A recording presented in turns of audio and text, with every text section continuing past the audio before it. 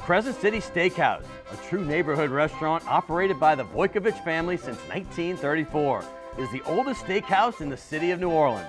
Serving only hand-cut, prime-aged, corn-fed beef for over 80 years, Crescent City Steakhouse has become a dining destination for both die-hard locals and adventurous travelers who seek traditional, timeless New Orleans cuisine.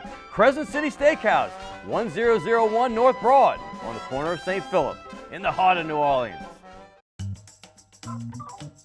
Fall in love with autumn with PJ's new seasonal lattes.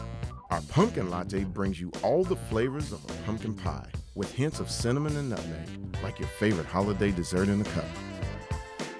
And our s'mores latte with flavors of toasted marshmallows, warm milk chocolate, and graham cracker cinnamon is sure to bring back campfire memories. The PJ's Fall Seasonal Lattes, available at your local PJ's only for a limited time. Hey, don't forget my pimento cheese. Of course.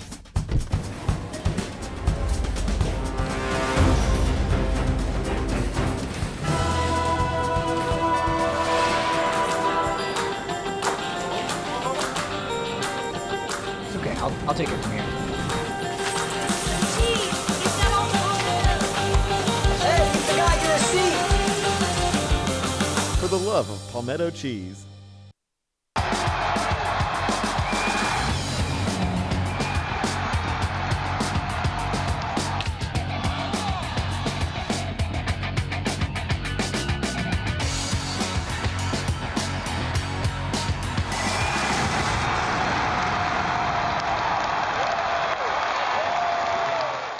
Good evening and welcome to Primetime Sports.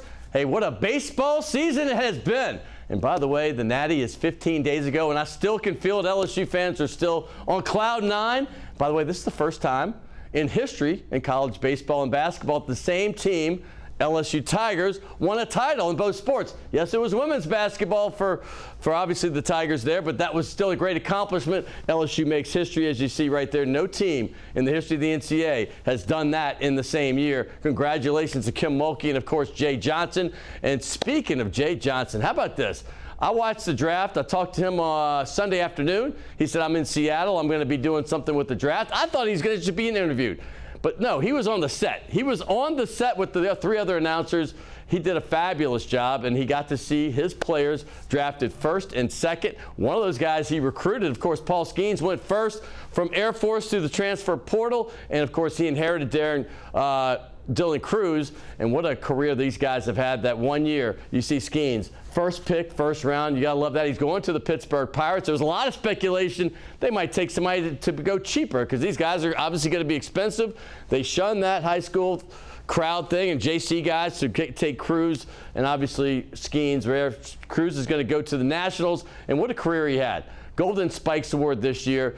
He had so many accolades through the years. SEC Player of the Year twice. And he's just had an amazing career. One of the greatest ever to put on a Tigers baseball uniform, and they have a national championship. Obviously the first one LSU had in 14 years. They were close many times, and we're going to have one of those guys that was very close on this show, Mason Katz, who played from 2010 to 13. We all remember that 2013 team, 57-9 going into the World Series, and they lost there, but that's going to be fun to watch. Mason will be on just a little bit, but how about the careers these guys had? Also, the second-round guy you see right there is Cruz. Also in the second round, though, not the second pick like he was. And don't forget, there was a high school player picked in the top 10 that was a catcher that's going to go play Major League Ball. So Jay Johnson lost one of his recruits, but he had some other guys that got drafted as well. Ty Floyd, what a great World Series. He had 27 strikeouts in 2 games, 17 in that big Saturday game against Florida. That was fantastic. And he is going to go to the Cincinnati Reds. Congratulations to him. I think he's going to be fantastic. And then New Orleans' own Trey Morgan, brother Martin star right there, great first baseman. I think he's going to have a nice career. He puts the bat on the ball. And he also, what a limber first baseman he is. Not a lot of height, 6'1". A lot of those guys are much taller. Mason Katz also played some first base at LSU too. So it doesn't mean your height. You just got to get to the ball. Also, Morgan, like you said, he'll be going to Tampa Bay Rays, a great organization they have going right there. And then the 6th round pick, Gavin Dugas, is going to join Dylan Cruz right there. You see them on the plane together. That's after obviously the national championship and the trophy. Those two are going to be reunited over there in Washington. So they're going to be playing minor league ball, hopefully together. You never know how that's going to work out. But also, he is a Homa guy right there. So we got two guys in the viewing area right there drafted. And I'm sure Kay Beloso and Braden Joe Bear will get opportunities too. Hey, also, how about this? Another guy that was a first-round pick, Alex Lang. You know where he was? He went to Detroit, and now he's in the majors, and he was a part of a big three-man no-hitter. He finished it up in the 9th inning. But he got there, and they got their no-hitter for the Detroit Tigers on Sunday. Congratulations to him. And speaking of baseball, the All-Star Game's tonight. The All-Star Game, obviously big. I was at the one in Seattle a little over 20 years ago. I've been to several of these. I produced the Braves games for many years. My favorite one, obviously, was the one in Atlanta in 1999. That was so much fun. A lot of the stars, that's the steroid era, so you had balls flying out. The home run derby was a blast with Sosa and McGuire and all those guys. Good times, but this will be fun. That home run derby last thing. By the way, this All-Star Game, 33 first-time players.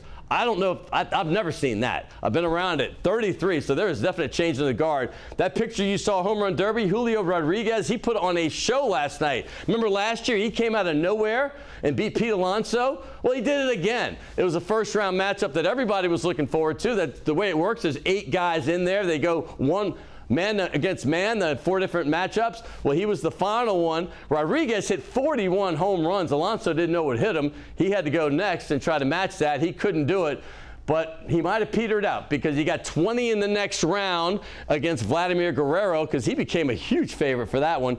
Vlad Guerrero Jr., that is. I followed his dad's career big time when he was with the Angels and the Expos before that. Vlad Guerrero Jr. is a lovable guy. Congratulations to him.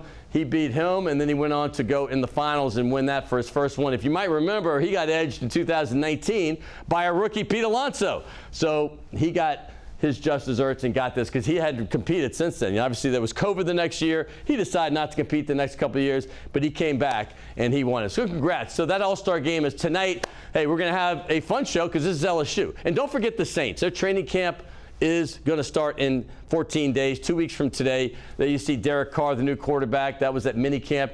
They're going to be starting up. We're going to have a lot of that. Forster Moreau, a former LSU guy, is going to be there.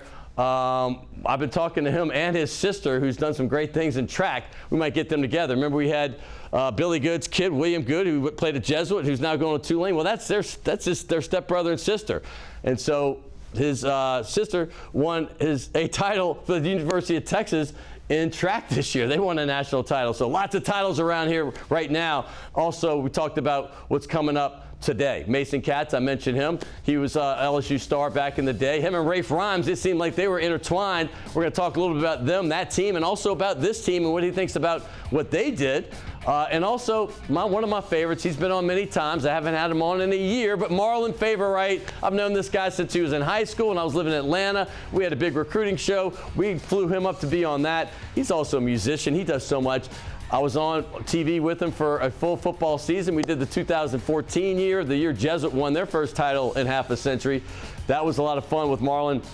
We always have a blast together, so we'll talk about everything under the sun. LSU, you know, he's got the national title ring playing for the Tigers in 07, and he's also got one playing with the Saints in 09. So he got all that done. So we're going to have all that coming up next right here. Go Tigers on Primetime Sports.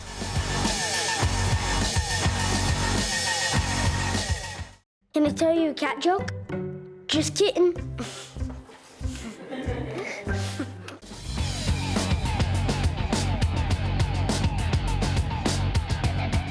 Hey, welcome back to Primetime Sports. I hope everybody had a happy 4th of July last week. We took a break, but we're back, and I can't wait. Like I said, training camp for the Saints starts 2 weeks from today. Can you believe it? It's already here. Preseason games are right around the corner in about a month. That gets crazy. You got 3 or 4 weeks of that, and obviously the regular season will start the weekend after Labor Day. LSU football, on the other hand, they always start Labor Day weekend. That's going to be fun. But we're here to talk LSU baseball at the moment. We're still riding high from the national championship. It's been a great year for local sports. Remember what Tulane did in football. Basketball successful there. LSU won the SEC West, and that was supposed to be rebuilding. There's a lot of hope they're going to be a top 5 to 10 team going into the season. But LSU baseball, just like LSU women's basketball, won the national championship in each of their coaches' second year, which is kind of remarkable, honestly. When you bring a coach in, you don't expect that kind of success right away. You hope for it, but it rarely ever happens, if ever. But they both got it done. I'm going to tell you about a story about a guy named Mason Katz. They won a state title at Jesuit, I believe maybe his sophomore year, and he had a great career there. He went to LSU. Played sparingly his first year. That's the year after the national championship. Boy, did he turn it on in 2011, 12, and 13. All SEC player twice, All-American. How about that? His senior year.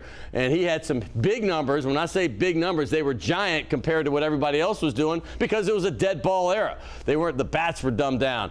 The balls were different. They weren't juiced up. Everything was different, but I'm going to tell you what, this was a fantastic player. He was a 4th-round pick with the St. Louis Cardinals, one of the great organizations, and here he is. He was on the show back when we started this in 2016. He was on again in 2017, and we had a little break. We know we had COVID, but here he is again in 2023. Good to see you, my man. Thanks for having me back. You got some big mitts, man. Yeah. You do have some big mitts. How you been? Everything's been great. Everything's been great. Retired? Retired from ball, working man, father, husband, you know. Let's talk about that first. I mean, father and husband. I remember you're dating your girlfriend at the time. Is this the girl you married? It is. It is. And you have a child? I have a child. He turned 3 on Sunday. And I'm getting a lot of karma. You're a papa, right? The karma. Well, I knew your dad. I knew your mom. Yeah. I knew your grandfather Hippo. There's your beautiful wife. I knew your grandfather Hippo too. He was at Carrollton Little League, which everybody uptown and Old Metairie seems to play that. Did you follow suit with Carrollton? I did. Yeah. I went to Carrollton when I was 10. Played from when I was 10 to 12, and then came back to Jefferson Parish when I was 13. Were y'all in the old Carrollton where we played as kids, the one off Carrollton Avenue, Forshea? Yeah. Oh, y'all played there? Because I know they moved to the Fly at some point. No, we were still over there off Carrollton, right by Earhart and all that. Y'all must be the last bastion because I know all the kids that seems like my friends' kids went and played over the next one. They got fancy. They went to the Fly. They went uptown on us. But let's talk about LSU and you, because I mean, you got to watch this. Speaking to your kid, you were watching the game with the not yet 3-year-old 15 days ago because we were texting.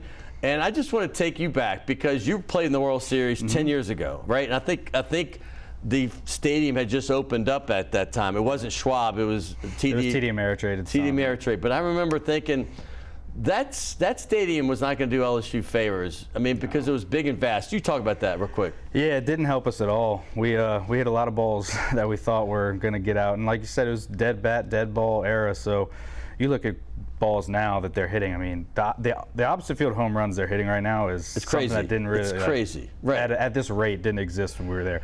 The whole World Series when we were there in 13, I think there were 3 home runs the entire World Series. Yeah. The entire World Series. Yeah. The team that beat you, UCLA, gave up. They played 5 or 6 games. They gave up 3 total runs. Right.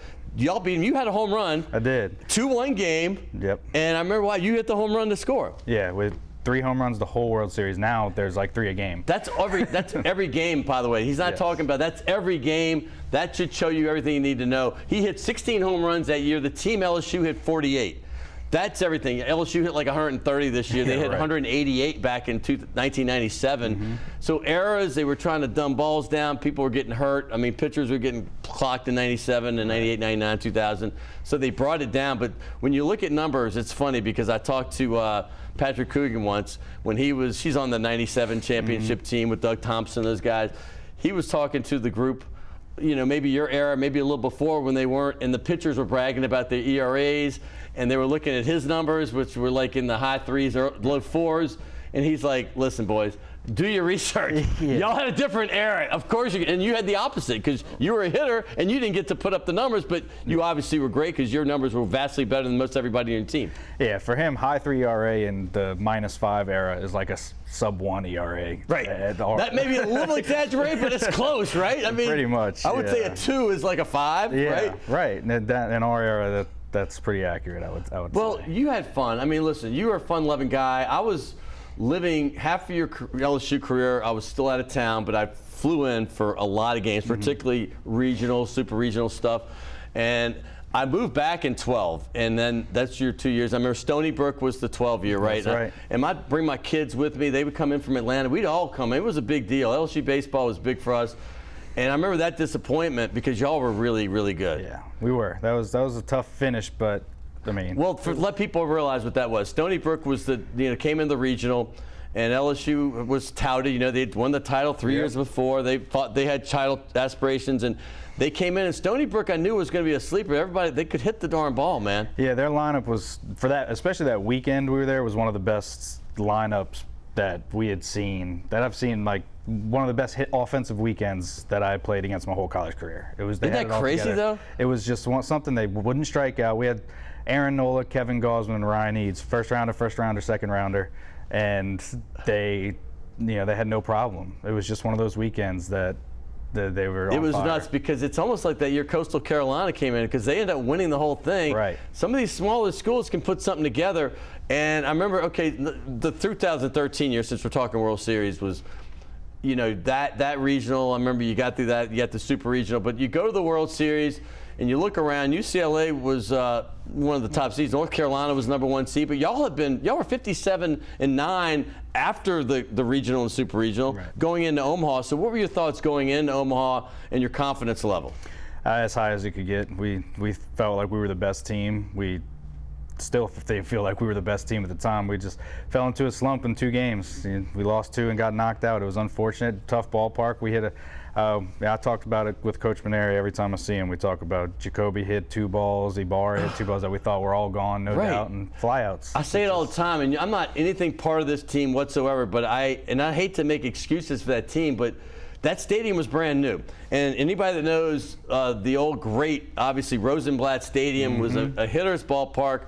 LSU had a lot of success there, 5-6 titles in that stadium. Right. And then they open up to this big old cavernous place, and we're like, wait, we are a team that knocks the ball around, Ray Frimes and all. You had Alex Bregman. And by the way, I don't know if we have it, but I pulled up some stats from that year, and I love that that you had your batting average led the team at 370. All right, you're a career 343 hitter. By the way, when you left and you only played 3 really years, there you go. Mason Katz at the top, 370. Alex Bregman, perennial all-star in the major leagues, 369. There's no slight against him. He's a fantastic player, but this shows you how good Mason Katz was. Ray Frimes was the SEC Player of the Year before, right? And he was, and then you became an All-American this particular year. And I think I have another one. You see, that's the final record after the 2 losses in the World Series, 57-11. And the next one kind of shows you the whole thing where you had way more home runs than everybody, 16. The next guy had like 6, and that might have been Bregman. And that's a fact. So. And you had, you left LSU with the top 10. And this is how many great players over the years. And you only played 3 years. Top 10 in doubles, top 10 in runs scored. That should tell you everything you need to know about you as a player. Tell me about that thought and you playing with Bregman and your numbers then. Yeah, I had a really good career, higher than most expected, I would imagine. But it was the time of my life. Did you expect it? I always had confidence in myself. I didn't necessarily know it would turn into that good of a 4-year career, but I expected to play and play well. But like I said, senior year I was surrounded by incredible players. I was in the lineup between Bregman and Ray Frimes. You kind of had to choose who you wanted to pitch to. How much fun was that? Yeah, you kind of had to choose who you wanted to pitch to. So was that 1, 2, 3 or 2, 3, 4? 3, 4, 5. 3, 4, 5. Yeah. Oh my gosh. 3, 4, 5. So who was setting the table for y'all? Let's see. We bounced around and it changed a lot. Mark Laird was up there. Stevenson at the time was up there. Jacoby was up there. We bounced people around 1 and 2, but there was 3, 4, 5. So Stevenson got really good after you left, right? Correct. Kind of like you. He was kind of biding his time for a year, and then he started taking off. I'm getting excited to think about this team because Gosman pitched for you, right? I mean, he was one, but Nola, was he? Gosman was 12. He was 12, but he was with you, though. Yeah, it's 2 years. So that was a top, 2, 3 pick? 4 pick. Number 4. Number 4 pick.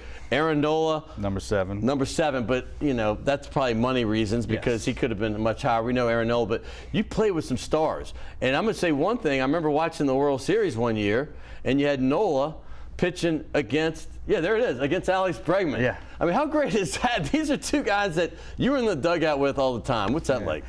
They're special, man. They're totally polar opposites, probably. You know, Bregman's a little bit more outgoing, confident. You know, everybody knows how hard he works and, you know, grinds at it every day. And Aaron is quiet. You would have no idea anything about him until he shows up on TV and he's pitching in the World Series. He's just to himself, works his behind off all day, every day, but he's just quiet. Well, he's in the game tonight. I don't know when he pitched last. I mean, isn't he an All-Star again? No, he's not. He's not an All-Star this year, but he's been an All-Star. Oh yeah. But he's one of the greats. When I talk about LSU greats, and I mean, I go back to the era of Ben McDonald, Albert Bell, Joey Bell back then, Furness, and they've had so many over the years. But when you look at it as a whole, and you think of guys that have done it in college and in the majors, I mean, if he's not at the top, him and Bregman both, they're right there at the top, right? Yes, absolutely. Aaron's still to this day one of the best pitchers I've ever seen, all around pitch level, you know, location, speed, all speed pitches. Did you know it? Did you know he was going to be like this? Yeah. Because, I mean, Austin was the bigger name for a while because he's older, right? And he was your 3-year teammate, I believe. 3-year now, team. Austin's now still playing for the Padres. That's Aaron's older brother, Austin Nola. I remember him as a shortstop, middle infielder kind of guy, second base, shortstop, and now he's catching. Yeah. You did the same transition as a Cardinal, St. Louis Cardinal farm system. Tell me about what that's like and how to do it. It's different. It's fun, really, because you go from waiting for the ball to come to you to where you're in every single play. You get to call pitches, you control the game, and if you have this rhythm with you your love pitcher, that. You're a gamer. Absolutely love it. And Austin loves it too. That's what's great about Austin. Him being more involved in the game is better for their team because he's such a smart baseball player. So I talked to him a lot when he started this transition just because I did it before him, and he kind of picked my brain on how it went, and him and I talk all the time. We're very close, so I got to help him a little bit through that, but that's where Austin belongs, somewhere that's the game manager on the field. When I think of you at LSU, it's interesting because I knew Austin was pretty much a middle infield, right? But you played everywhere. Yeah. I mean, you were like Craig Biggio in a sense that Biggio's made his name literally at 3 positions: center field, second base, and catcher. I remember you playing out. I want you to say the story. You played outfield. I remember you playing maybe some second base, and I know you finished your career at first base because of an injury maybe, but you were great. Tell me about the positions. Let's go back to high school and even Little League. What were the positions you played through your career? Everything except really pitcher. I just never could throw strikes. Right. I hit everybody. It was horrible, so they got me off the mound pretty quickly. Okay. But all the other 8? Yeah, the other 8 I played a lot. I think as far as LSU goes, I played at least one game at, I think, left, center, right, third, second, first. That was the thing, right? That they got you in every position. Didn't they even get you in the pitch? I didn't pitch, and I didn't actually catch in a game. And you I never caught in played practice, shortstop? Nope. Okay, Everything at else. LSU, you played 6 positions then. Yeah. Pretty amazing, dude. Because I do remember some third base and second base. I didn't know you played all outfield positions, but it makes sense. I did. Unfortunately, for us, I had to play center against Stony Brook, so that didn't help us. Well, they were cracking the ball. I was running a lot. What was your favorite outfield position and why? Right field. Just because you could throw it, or what? Yeah, I'd like to attempt to throw people out. And at third base? Yeah, just I enjoyed it. It was a good time. It's interesting you say that. My first major league game was Yankee Stadium. Tom Seaver threw his 300th against the Yankees for the White Sox. But I was in the right field, third row, and Dave Winfield caught a ball at the wall in right field, and he gunned down Ozzie Guillen, tagging up from third base. I'm talking about on the wall. Right. He's 6'7", that gun, and I could just see the line of Guillen sliding and the ball going right over his head and getting him. It's one of the greatest. Did you have that feeling before, throwing somebody trying to tag from second? Oh yeah, absolutely. That's one of the better feelings. That's why I enjoyed right. Left was kind of boring. Well, explain why that's different to people, because I mean, obviously what I just said, but explain why, because you got that short throw to third base from there, and home plate should be the same though, right? Yeah, it's just left field. Not a lot of people run. I feel like it's different angles of the ball. There's more righties hitters than lefties more often, so the tailing of the ball is a little bit different. You get more reads from right field, I feel like. So I don't know. I just enjoyed it. I saw it from right field a little bit better. Isn't it interesting though? Because when you're a kid, the 9th guy on the team is right field. Right. But in the majors, and I learned this really mostly from doing Braves games for 14 years, working them. You got your best thrower is in right field. That's the guy with the gun. And, center field's your best athlete. He's the guy that's going to get to everything. He's got to have a good arm, but it's more important that he can get into the gaps, right? Yes. Then left fielder was where you put the worst outfielder, like the Barry Bonds, when he played for the Pirates, for instance, when he couldn't throw out Sid Bream, the slowest guy in Major League Baseball, literally at 92 for the Braves to go to that World Series. I was at that game. That was incredible. Yeah. That's it. But is that the way it goes in Major League Baseball with the positions in outfield? I think more so. Your big power hitter with a strong arm is typically right field. Like more people test you running first to third. Nobody really runs to first to third on a left fielder. It's too close of a throw. Sure. I'd say so. More often than not, if you got a guy with a bat that doesn't have much else, you're going to probably stick him in left field. Who's the best guy? I'm going to say this because I'm going to get to this team. Who's the best guy you could have either played with or maybe that you knew about from LSU before, like, this era's team, you know, with Cruz and Skeens? Because I want to get to them, like the best pitcher and the best all-around player in the field and hitting. That I played with? You can say you play with, and then the ones you knew of before, maybe when you were a kid watching some. Who are the guys that you thought were the best? Obviously, growing up, Eddie Furnace, the offensive numbers he put up was crazy, just, like, right? Almost fake. And then playing with Aaron Nola still is probably the best pitcher. I think that's it's hard to argue that right there. Yeah, Who's the best hitter you play with? Rafe and Bregman. I mean, Rafe off contact, he hit 431 his junior year. So let's go to Rafe, because 431, he was the national player, SEC player of the year. SEC player of the year. That's you two together. We have some shots with y'all together. You were number 8. He's number 4. Now, you wore what number before 8? 5. Okay, so you were number 5, hence your Twitter. Yep. Mason Katz, 58. Yeah, that's right. So if y'all want to hit him up there, or Instagram, I'm sure. There's Rafe Rhymes there. What is y'all's relationship now? Because y'all were, I said this in the open, kind of intertwined, hand in hand. Everybody knew y'all together because y'all were both all SEC players. Y'all were both fantastic. Yeah, we're still close. Actually, Rafe and I went to the Super Regional game this year together with me, Rafe, and Nate Fury went to the game. Very cool, together. man. So Nate Fury, dude. Nate Fury. In touch. Yeah. Love Nate. That's y'all. That's the yearbook after the 2013 season, right? Yeah, that's right. So me, Rafe, and Nate went to the game together. Nate just had his second kid. Rafe just had his second kid. So we. And you're next, right? I'm good. You're good. You're good. You're gonna hang out for a bit. I'm gonna hang out for a bit. That's cool. My little one keeps me busy. Well, I'm gonna tell you what. Is he switch hitting yet? He is. He's actually. Is he switch hitting? He is. He's a primarily lefty hitter, righty thrower right now. So we got a future maybe. I want to talk about the number thing because Mikey Mautuk, who is he still playing? He was with the Tigers. He's not playing anymore. No. But he had a good career with the Detroit Tigers. I mean, he played in the major leagues for a while. He wore number 8. That's right. And I was just reminded of this fact because I know LSU's famous for having the number 18 and number 7 being special numbers for the guys that give it extra. You know, you got to be good too, but you got this extra dedication. Explain what they did in baseball with the number 8, because you wore it right after Mautuk, and then Alex Bregman wore it, because I noticed he has 8. So explain what that means. Yeah, 8 was just kind of Mikey had come to me after he got drafted and was leaving, and he wanted to start this little tradition on passing it down. And Mikey is kind of your all-around teammate. He exemplifies exactly what you want. Kay Peloso brought his name up. Like, Mikey Mautuk was one of the guys he worshipped. Like you said, Andy Furnace, right? Yeah, absolutely. You look at him, and he's just Mikey cares so much about winning, about team. He's just, he cares about you as a person. You're not just a teammate. Wow. Mikey's a great teammate to have, and he wanted to start this tradition on number 8 being passed down to somebody that exemplified what we considered a teammate at LSU. Not just your best player, but your guy who showed up and kind of outworked led the everybody team. And outworked was them, a right. leader. Yeah, and that's kind of how it started. He asked me if I would switch. It was a big deal to me because I'd been number 5 my whole life. Right. My dad named his dog Cinco because I wore number 5 my whole life. Wow, okay. So it was a big deal that he named his dog Cinco, and then I switched to number 8. But what's that, Ocho? Yeah, that's right. Ocho? So, Did you get another dog? Yeah, right. So it was a big deal. So I decided to take it, and it was an honor to me that I idolized Mikey as a senior in high school when he won the national championship playing as a freshman. I wanted to do the same thing. So when he asked me, I absolutely said yes, and we started this tradition. I passed it to Bregman, and it carried on till now. Now it's Dugas. It's Dugas, right? Who's going to play for the Nationals. That's pretty awesome. And I didn't know this story. Your dad, by the way, for those that don't know, Billy Katz was a legend. I'm going to say this for a fact. I grew up with this guy, 3 years older than me. It's a guy I looked up to, played at De La Salle. He was a superstar, played for Tulane. He had one of the big left-handed bats I've ever seen. Like, he could rake. Did he switch hit too?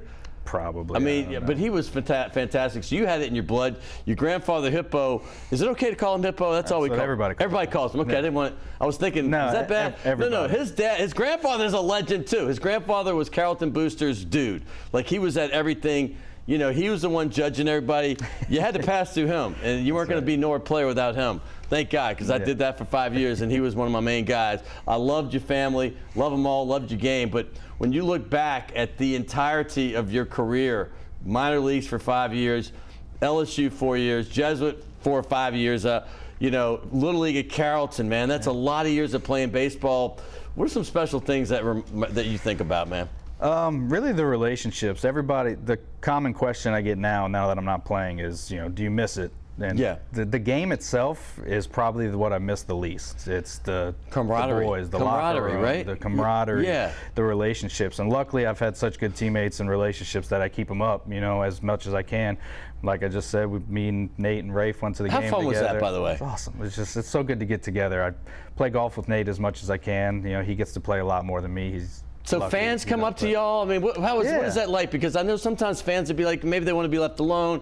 Maybe you do want to be left alone. But is it cool that they remember you? Absolutely. You know, we have seats where my parents sat when we played. Oh my! I remember. I know the seats. Then. Yeah, I know the yeah. seats because I used to go to the games and see him. Right. Right. So we sat there, and all the people who were friends with our parents when we played now get to see us. We brought our kids. We didn't bring them to the Super Regional, but all three of us went and brought our kids to a game like 2 weeks before that. So now we have our kids there. It's a really, really cool situation. I think I have a shot. I don't know if we have it, but I have a shot of your dad. Y'all had a tradition before the game. He would give you, was it limu or something? He made his own little drink for me. Yeah, and he said, but there he is right there. God, this producer's great. I mean, I got to tell you, I didn't know if we had it still. Oh, yeah. He pulls this up. There's Billy right there. He looks like he could still rake right there. He can. He's incredible. And yeah, he's in shape. That's what he does. He runs fitness stuff, right? Yeah. But he's great. I mean, you have a great family. But the fact is your relationship is very special with both your parents and your grandfathers passed away, and I don't know the other grandfathers, but I know the other side of the family well too. But let me say this about your leadership, because this always struck me. Ma took, I don't know what he was like, but he seems like he's a rah-rah type of leader. He just seems like, maybe he's quiet leader, I don't know. Yeah. But you did it by example mostly, right? Mm-hmm. Yeah. People followed you though, and this is maybe not for you to say, but I watched it. People looked up to you. You're not tall in stature, but you're tall in everything else. So tell me about yourself as a leader the best you can explain it. Yeah, I mean, I think, you know, I'm not your prototypical, you know, tall, super athletic looking, big shot. I just worked really hard. I really loved baseball. I loved LSU. I just wanted to win. So I worked as hard as I could and hoped that the guys on my team would respect that and follow me. And I think for the most part they did. Like I said, I still have the relationships with them. And I think it's carried from that point on that people respected that I worked hard, and that's kind of all I had to go off of. Well, I've missed you on the show. I have, because you're great. I remember you being a great interview 6 years ago. I remember you being a great interview the year we started the show 7 years ago. And I've wanted to get you back for a long time, and I'm glad you're here. First of all, thank you. Thank you for having me. I appreciate you. You're going to have two firsts here. Too long. Too long. Two firsts here. All right. Brian Kelly just brought this ball. I have all these other balls. I even have a couple more LSU balls. Of course, I have a ton of Saints balls that any guest signs. But this ball here is going to be LSU Tigers only. All right. Like, this has musicians, and I love it. It's got everything. Yeah, right. It's got Pelican players on it, Absolutely. blah, blah, blah. But this one's going to be reserved for this. And also, Jay Johnson brought this, and no one signed this yet. I forgot to get Jay to even sign it. So you'll be the first to sign the batting helmet, because that's going to be reserved for baseball players. So you're going to do that one. And while you're signing, I'm going to give you a couple gifts, because we got my man Marlon Favorite coming up, and I love the big fave. Oh, man, this is the wrong one. Man, I can't give you just that little one. Goodness gracious. Here we go. We're going to give you that bigger one there. Boom, Marlon, don't you worry. You're getting a bigger one, too. And you know what? Here, add that. Take your wife. All right, enjoy. Take your wife. Enjoy. Hey, Evan, LSU. Evan, who owns the place, went to LSU as well. He'll love it. Good. So here, let me get you this ball, too. Get me a little synergy. Right by the Tigers over here, somewhere back in there. This is Mason Katz, y'all, and I'm very happy to have him back on the show. We also give That's Shays Delachey's gift certificate. You can go to Delachey's on St. Charles as well. But here you go. We got a Tash shirt. I think you remember these. You got a couple of these from us. I do. I got a closet full, man. Well, 2 from here. I know that. Maybe I snuck a couple extra for you. Maybe. Mason, once again, bro. Thank you. Mason Katz, check him out. Hey, if you don't know, you're too young, you better either Google him up or ask somebody, like we say here in New Orleans. So, hey, I appreciate him coming on to talk about this year's team. We didn't even get to Cruz and them. By the way, that's the last thing. Go for it. Dylan Cruz and Paul Skeens, how do they measure up to the greats you mentioned? You mentioned Aaron Nola, you mentioned Furness and them. How are they measuring up? You've been through baseball in the minors. What are they going to be? I play with some good guys, no disrespect. Cruz is the best player that I think that's ever gone. I really do. That's big. The number, it's hard to say against Furness and all that, just different errors and all that stuff. But to me, I think just capping it off with a national championship, I think the kid's the best offensive And now player. Skeens, I mean, as a pitcher, you see Skeens, and how is he different from Nola, and can he be as good as Nola in the pros? Yeah, he can. I mean, anybody that can throw 101 in the 8th and 9th inning is ridiculous. I mean, that's the thing, right? It's just not, he doesn't lose stamina, which is crazy. That's the thing. I can't say he's the best ever 1 year. Aaron had a career, but he's one of the best. That's the thing. Okay, please, let me just say this in a nutshell. I saw three times, not three times a pitcher in 14 years of producing the Braves hit the 100 thing. He did it 30 times in one game. Yeah. In one game. I mean, like, and youth baseball player, it's hard to keep doing that. It's hard. Like, you saw the home run derby last night. I mean, people swing, and they get tired. Same thing with the pitcher, right? Yep, 100%. When we went, the super regional game we went to, he went into the 8th inning and he was still hitting 101 in the 8th. And it's just, it's That's different. unheard of. It's different. Yeah, so I just want to get your take on it. A third handshake. My man, as many as you need. Mason Katz, I love him. All right, we'll get you back. Hey, next year we'll do some preview of major leagues or something. Yeah, fun. absolutely. All right, hey, coming up next, we've had this guy on many times, but it's been a year, man. I got to have Marlon Favorite back more often. You know, got a ring with the Saints. He's got a ring with the LSU Tigers, 07. By the way, I went through some old stuff, and I found my 07 National Championship ticket and credential, because I used the credential to go to the press box before the game, but I wanted to have fun at the game too, so I got a ticket for the seat. And I went down and had fun, and I just found those, and I wanted to bring those today. But we have Marlon, even better, coming up next right here on Prime Time Sports.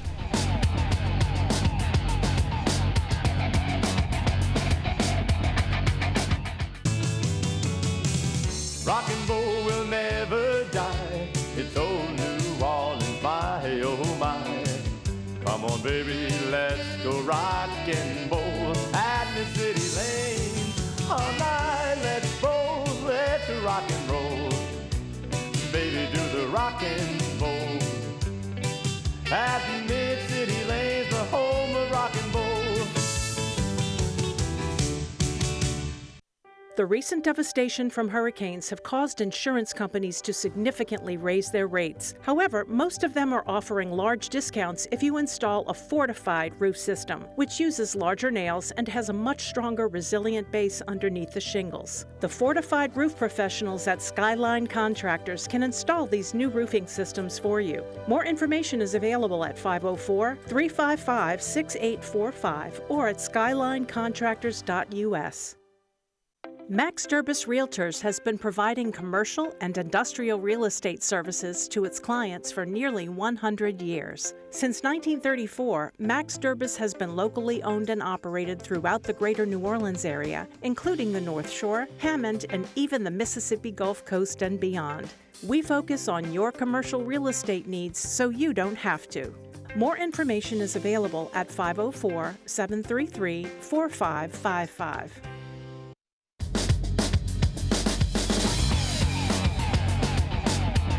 Man, this is so much fun today. This really is. I love all the sports here. I truly do. I love all the teams. You know it. I love UNO. I love Tulane. I love them all. Of course, the Pelicans, Saints, everybody.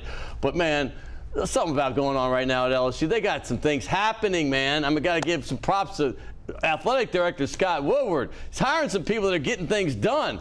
And congratulations to them all. We mentioned that they had the second year. Kim Mulkey won the national championship. That just doesn't happen in women's basketball. Obviously, just now what happened with Jay Johnson in his second year. They won a national championship. And that just doesn't happen, like I said, that fast, but it's happening. And I know basketball is going to turn this corner because they just got this thing started again. Football is where my next guest excels, but he talks about all sports because he played for LSU. I remember when he was a recruit.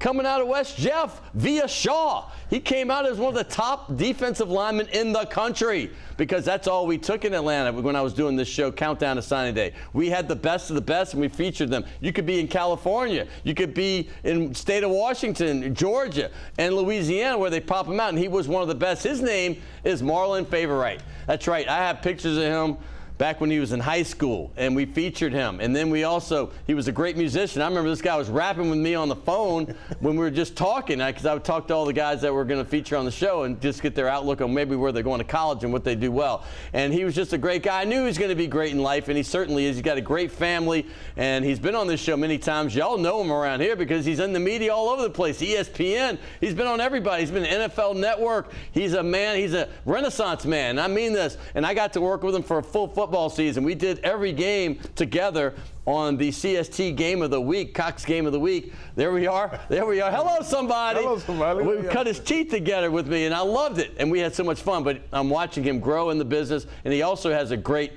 training business. The guy's a big defensive tackle, but he's in tip-top shape, and he trains other great athletes to become even better. From ages 13 to 24, Conquer Sports, man, if you're in the New Orleans area, I'm going to say this right now because I've seen this deal. I've seen him train. I've been around him for a decade. This guy's the real deal. Check it out, Conquer Sports. And now here he is, Marlon, not favorite because he is my favorite. Favorite. Hello, somebody. The Big Fave is what they call you. That's what they call me. You still love it? I love it, man. I love every second of it. How's life? Life is good, brother. Family's nice. Have my oldest, Kentrell, he's getting ready to go to college. That's the thing. What's happening there? Is he about to go to college now? So what ended up happening with Kentrell, he went to Mississippi Prep after De La Salle. Okay. And then just wanted to do some more development. And he ended up, his senior year at De La Salle and his year at Mississippi Prep, he had 21 touchdowns, and he still averaged like 55 yards a punt. So, oh my goodness, 55 a punt. What was his touchdowns? What position? They use him at the Z, and sometimes he get in at the slot. I mean, crazy. Well, hands. for people that don't know, you just play all over the place. That's what that means? That's what, he's an athlete. Right, he's an athlete, right, like right. Slash, you know. Slash, Cordell Stewart, and then we got a bunch of Slash. But Marlon, man, let's talk about you going on with your business, because let's get in that first, because we're going to talk about LSU coming up this year, your time at LSU. But what is your business? Explain that to people, and how can they get in touch with you, man? They can, the best way to reach me is to email me at conquerprosports@gmail.com. CONQUER? Yeah, I flipped the name like it's conquer, like we're going to conquer the world. Yeah, it's you like spelled it that way? I spelled it the correct way, correct. Conquer Sports what? Conquer Pro Sports. Conquer Pro Sports. Yeah, at gmail.com. They can reach me there. Or hit me on IG at Conquer Sports Pros. But basically what we do sports consultation. We do media, like just kind of prepping the kids to be okay in front of the camera. Yeah. And the bulk of what we do in the off season and then some in season, we do the training, position specs. Sure, So we'll get a kid in the 9th grade, 8th grade, and really help develop him and help him navigate the recruiting process all the way through his senior year. So that's what our company excels in. Your career is interesting. I'm just thinking off the top of my head, this is not something I planned, but I mean, you played for the great Hank Tierney at Shaw, great program. We all know if you were around in that era, they were great, phenomenal. We went to West Jeff, great career there. On to LSU. Nick Saban's staff recruited you. They won the title the year before you got there, 03, correct? Correct. In the Dome, right behind you. At the university, they played Oklahoma, and they ran them off with a De La Salle guy. Marquise Hill was playing on that team. But then you got there in 04. Saban was still there for a year. Then you get Les Miles, right? And then y'all have some good years. And then you win the national title in 07, man. Then you play another year, 08. And then you go and you bounce around, and then you end up in the Saints practice squad. You're on them, and you get a ring there. You have a ring with the LSU Tigers. You got a ring with the New Orleans Saints, and then you have this career bouncing around. Then you play, and you become the New Orleans Voodoo, the greatest player in their history. I mean, the greatest player. You got the plaque. You got the thing retired with the picture in the frame.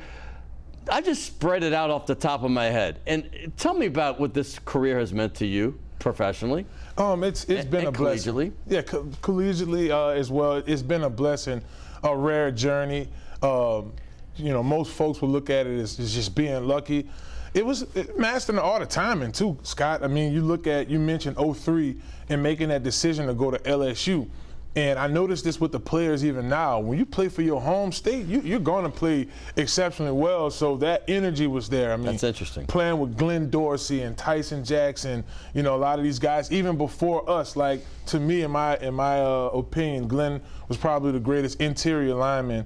Played defensive line in LSU's history. So you come in with that guy, and then you have a guy in L. Woods who's still playing in the NFL today. L. Woods is still playing. Yes, wow. And he comes up under your wing, and so it's just. And Chad Lavallee before, right? Chad Lavallee. I mean, I remember. These are all NFL players. Yeah, man. Chad. I remember Coach Saban. I heard this. Scholar tell me this story all the time. They used to have to stop practice.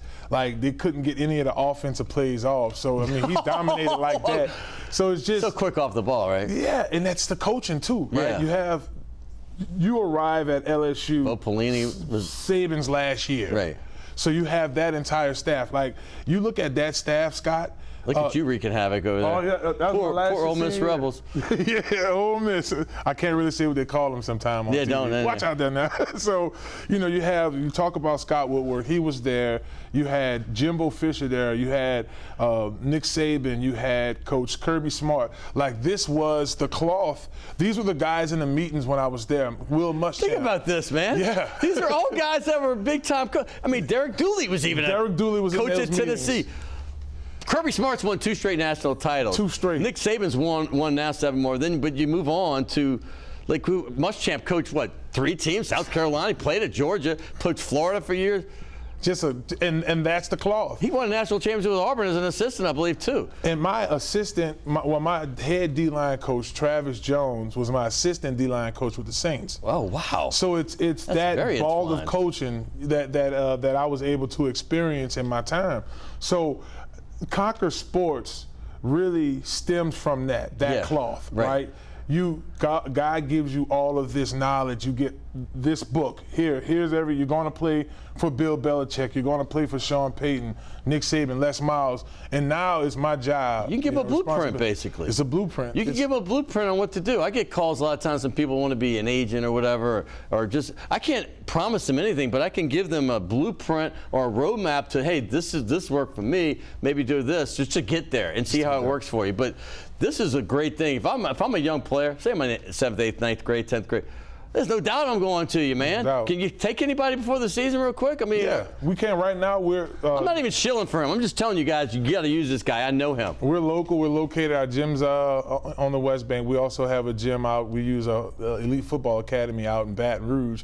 So those are our 2 stations. So Conquer Sports here in the city. You have me, you have Carnell Stewart, won 2 national championships, 03 and 07, yes, right? Yes. And you have Drake Nevis. Drake coaches with us as well. These are legends, man. And in Baton Rouge, you have Ryan Perilou, you have Scholar Green, you have How's Ryan Brooks. Perilou doing? Ryan's yesterday, he just got inducted into the Louisiana High School Football Hall of Fame. Let me say this real quick. Ryan Perilou, who was instrumental in the 07 championship because he got them there that win against Tennessee in the SEC championship. Am I correct?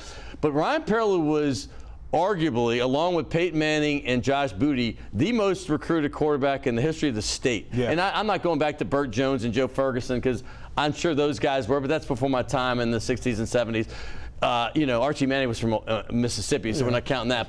But the guys but that's how great Ryan Perilou was. Yeah. And he had some stuff when he got to campus, but when it came up and they needed a big game, because they don't get to the national championship without Ryan Perilou, right? And you were on that team. Yeah. Ryan played a very instrumental role, particularly in the SEC championship, because Flynn went down. So when Ryan got in there, I mean, he still, I think 2 years ago, they had a SEC MVP awards banquet, and he goes to that. So, you never know with your career. Yes, that's pretty cool. And he won the Super Bowl with the Giants. He got the SEC because he's in the SEC championship game MVP. That's right, correct. And he still can always go that, even though he didn't really quarterback that team, because Flynn himself waited 4 years. Yeah, Flynn waited. He waited. And Scott, I know we're doing one show, but that brings up a very interesting topic because in lieu of the transfer portal now, back then, guys stayed, and it wasn't just. He's the best example too, right? Yeah, he stayed. Flynn.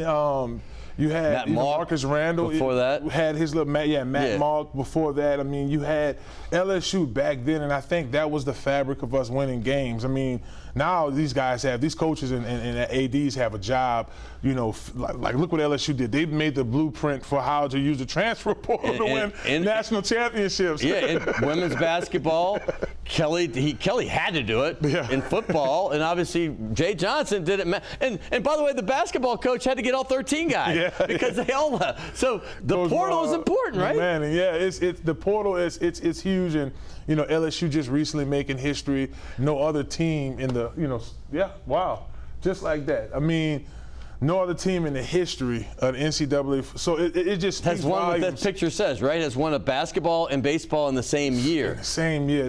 That's you know, it's unheard of. So you look at that combination and you understand what Coach Saban did. He kept the best players in Louisiana. Yeah. I mean, he kept a Glenn Dorsey, an early dude said, the heaviest baby born in Louisiana, Herman Johnson. It's just, you know, the team was loaded with guys. I remember Herman Johnson. We featured him on the show too. That dude was 17 and a half, 18 pounds when he was born. Yeah, he was like 360 when he was on our show. Yeah. And we had to get another chair. It was a big dude. I mean, he might have been more. His head was giant, like giant. Herman, when we first got to LSU, Herman probably want to rib me for this one. Boy, he tilted that scale like at 4 or something. Yeah. But it was, and then, you know, he got down to 360 and then got drafted to the Arizona He Cardinals. wasn't like that Brad dude that was the big guy from West Monroe who was just 4 something, but he was all like he was flubby. Herman was pretty tight, big. right? Yeah, and you know, we getting the Coach Moffitt's program in the summer. Like Coach Saban flat out. Tommy Moffitt. Coach Tommy legendary strength coach, correct? The Moffitt method, you know. The Moffitt method. They stopped us. I can just think we could talk about this now. No, go for it. The NCAA, when we beat the brakes off of Miami 40-3. I had hernia surgery and I was on a cane. That was the biggest beatdown on the field, and that was a big beatdown in the tunnel after the game. And the Hurricanes act like they're so tough in all these like 30 for 30s. They got whooped. We beat them and we got investigated. Peach Bowl, Atlanta. Yeah, in Atlanta, the Peach Bowl. We got investigated for that. We ended up having to get rid of karate. We did karate in the off season, so I can remember like stacks of wooden boards. Wait, you had to get rid of karate because you whipped their butts so bad? Yep, we went to yoga after that. My remainder time at LSU, we did yoga. That's like the NCAA banning, and this is true, they banned dunking for a few years because Kareem Abdul-Jabbar would just get the ball, he's Lou Alcindor at UCLA, and just dunk it like that. So they banned it for 4 years. It's they ridiculous. Took karate from us because they said it was just doing too much. It was almost like we were doing mixed martial arts, but it was. Look, we talked about the coaching earlier, Scott. I mean, we had good coaching, hand placement. You look at guys like Pete Jenkins, he didn't coach me, but I went to all the. Such a legend, man. Legend. I mean, just legend. Great Such coaching. A great guy too. It's just been great. You mentioned something, and it's weird because I introduced the coaches at the Atlanta Touchdown Club. That was a big deal. It was like we would get Saban from LSU. We would get Lloyd Carr at Michigan. We get Lou Holtz from Notre Dame. We get the best of the best coming every Monday. And I'd introduce them. I'd be the guy saying their accolades, and I'd listen to speeches. And I remember Saban, the first time I met him, he gave a speech. He hadn't won a title yet or anything. This was like 01 or something. But they had won the SEC. They won the SEC. They beat Illinois in the Sugar Bowl. That's when Rohan Davey went off that year. Yeah. But he came on and said something about Louisiana, and that's why I brought you up. Rohan's obviously not. He's from Miami and Jamaica. But he said, if I close the fence around Louisiana, we're going to win a national championship. And we hadn't won one at that time since 1958. So the people in the crowd were like, really, LSU? But at the end of it, I'm going to say this. I've never heard, and this is a lot of Georgia, Auburn, Alabama people in this club. It's like a potpourri. Atlanta's the melting pot of all the South, really. People going there.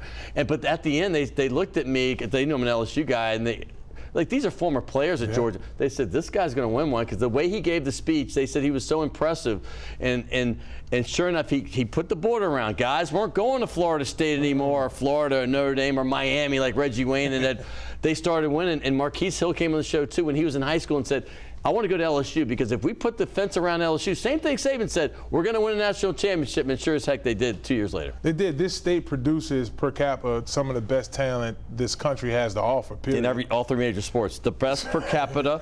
No, that's a fact. This is not us just saying we love Louisiana. Per capita, there's another one, Leonard Fournette with you.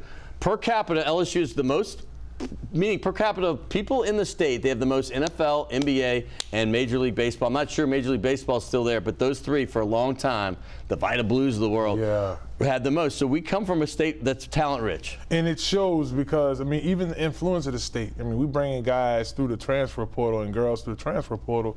But look at what happens when you mix that together. You have a Louisiana coach in Kim Onke. She played here. She lived here. She's from here. I mean, you know, you have Scott Woodward. This is his second time back at LSU. He went to LSU. I was bartending when he was a customer. Trust me, I remember Scott well, 2 years younger than me. This is wow, and it's just all this history, you know. And you look at where we're at now.